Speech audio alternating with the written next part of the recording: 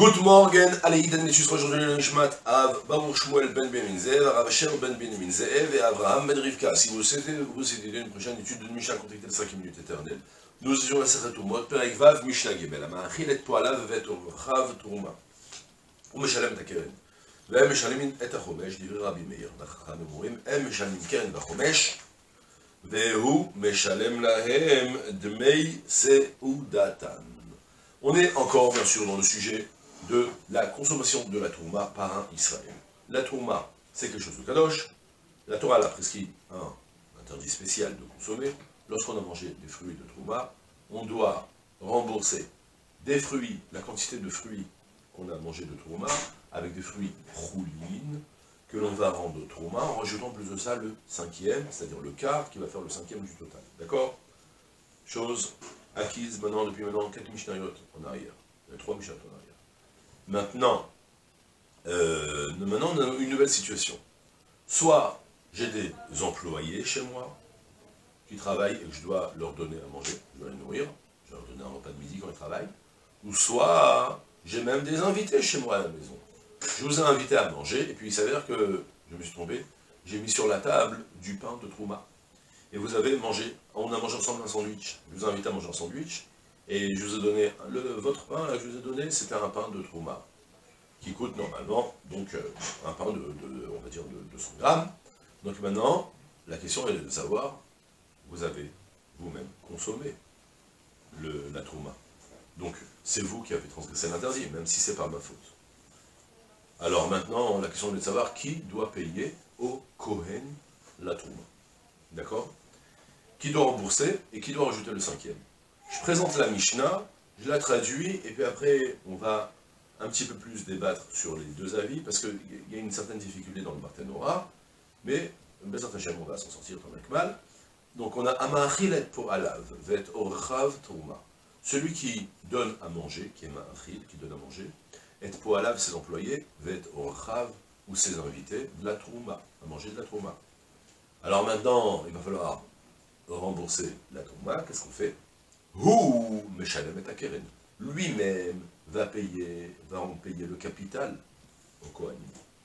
Vehem Meshalmin et Achomesh. Et eux vont payer le cinquième supplémentaire. C'est-à-dire, je vous ai dit, on avait un pain de 200 grammes de farine. Moi, je vais devoir donner, moi qui vous ai donné à manger, je donne les 200, et vous rajoutez 50 de votre poche, parce que c'est vous qui avez fait la vera, c'est votre transgression. Divrei Rabbi Meir, telle est la vie de Rabbi Meir. La Chachamim omrim, et Chachamim disent non, pas du tout.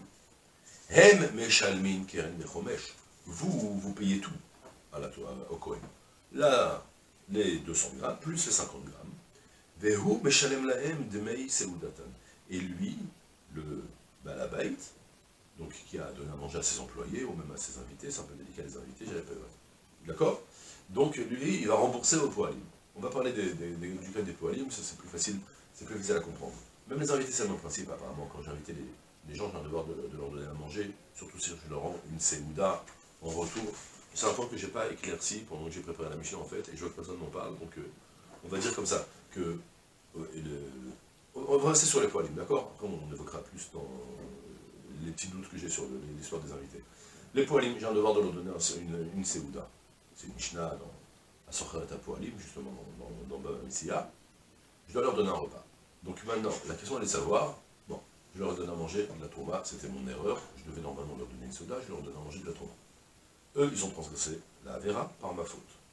C'est sûr que j'ai transgressé l'interdit de l'Ifné Hiver, le Titan Mirchol, devant un aveugle qui ne mettra pas une embûche, je leur ai donné une embûche. Je les avais trébuchés sur un interdit grave. Maintenant, alors, Chachamim, il disait la chose la plus logique. Moi, j'ai une dette envers mes employés de litige d'argent, prochaine mishpat, je dois leur rembourser un repas. Eux, ils ont une dette envers les Kohanim, parce que maintenant, le fait d'avoir mangé ce qui appartient aux Kohanim, ça implique que maintenant, ils vont payer de leur poche une kapara. Comme on avait expliqué, c'est important de bien mettre en évidence, il y a deux raisons pourquoi, lorsque je mange la trouma, je dois rembourser au Kohen. Il y a d'abord le côté économique de l'histoire, j'ai fait perdre au Kohen, donc je dois le rembourser. Mais il y a par ça aussi le côté religieux, la kapara face à la Torah. Même si je j'ai transgressé un interdit, et la manière de faire cette capara, de me faire expier ma faute, c'est de rembourser le capital plus le chomesh. Alors maintenant, c'est sur ça, les deux avis. Rabbi Meir, il dit, écoute-moi, toi le propriétaire, c'est toi le fautif, tu devais leur donner à manger, c'est toi qui les as fait trébucher, le capital, c'est pas eux, c'est toi, tu payes le capital. Et eux, ils rajoutent le chomesh parce que c'est leur faute. Chachamim, ils te disent, bah non, écoute, viens, on va bien distinguer. Il y a le fait que eux, c'est eux qui doivent régler leur dette face au Kohanim. Toi, tu dois régler leur dette face à eux. D'accord? C'est un peu flou comment comprendre exactement la discussion, ça va un petit peu dans tous les sens. En fait, je vais vous expliquer quelle est la problématique fondamentale. Il y a ici le Barthénois tel qu'il est présent en fait. Le Barthénois, il propose quelque chose de super, on vient bien comprendre le fond de la marloquette entre les deux. Le problème, c'est que ça demande ensuite beaucoup d'explications et personne n'explique franchement, il n'arrive à une conclusion nette. Vous savez que lorsque je vous ai dit 200 grammes de pain, en vente classique pour de la consommation de choulin chez les Israël, ça va coûter 10 shekels la petite baguette. D'accord? Vous allez acheter cette même baguette chez les Kohanim en trouma, ça coûte 2 shekels, parce que je vous ai dit, la trouma, ça coûte pas cher. Parce que c'est très restrictif, c'est très compliqué de la manger, de la trouma. Il faut faire attention à rester pur. On n'a pas le droit d'inviter un copain Israël à manger avec soi. Il faut faire attention à toutes sortes de halachot qui sont franchement pas pratiques. Du coup, la trouma, elle coûte pas cher. Alors maintenant, moi, j'ai fait l'erreur de prendre des fruits de trouma. Alors, selon tel qu'il y a essayé de Barthénois, l'erreur que j'ai fait, d'abord, si je prends de la trouma, et au lieu de la manger, je la brûle, ou je la détruis. Alors, je ne suis pas chayav de payer le 5e, parce que je n'ai pas transgressé l'interdit de consommer de la trouma. J'ai juste une dette envers les Kohanim de rembourser la perte des Kohanim. Si je dois rembourser la perte des Kohanim, je leur paye que 2 shekels. Alors que si j'ai transgressé l'interdit de manger, ce qui appartient à la trouma, alors je dois le payer 10 shekels, parce que je dois prendre un vrai pain pour le rendre lui-même, trouma. Et comme ça, le Barthénois nous explique les deux avis de la Mishnah. Selon Rabbi Meir, en fait, eh bien, la faute le grand fautif de la perte de la trouma, c'est pas les pauvres consommateurs, c'est pas les employés.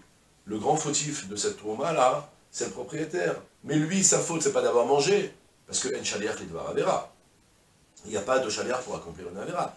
Lui, sa faute, lui, c'est tout simplement d'avoir donné à manger à son chameau de la trouma. D'accord? On ne doit pas, ça s'appelle que tu les as brûlés. Tu voulais un combustible, tu as pris de la trouma, tu l'as fait brûler, tu dois rembourser le prix que ça coûtait la trouma. Donc tu dois payer que 2 shekels.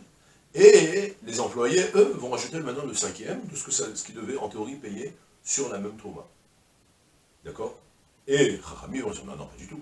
Le devoir de payer la trouma, c'est de rembourser la trouma par rapport à la vera. Eh bien, il faut payer un pain entier, 10 shekels, plus on rajoute encore les 50 grammes supplémentaires, payer de ta poche, eux ils payent, et toi, propriétaire, tu leur rembourses ce qu'eux ont dépensé, tu dois leur payer plein pot, combien ça coûte.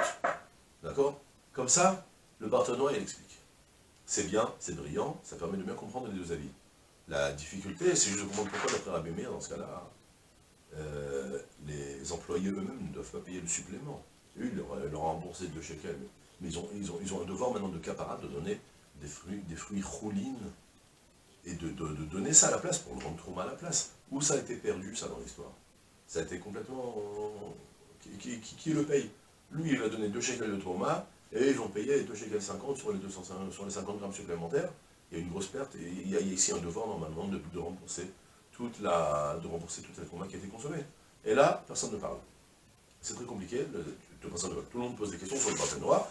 Il prouve même du Yerushalmi, le Rebbe Akiva Iger, Mishnah Rishona, il prouve du Yerushalmi que c'est sûr que même d'après Rabbi Meir, il faut aussi rembourser un vrai prix. Mais la seule question est de savoir de quelle poche ça doit sortir pour rembourser au Kohen.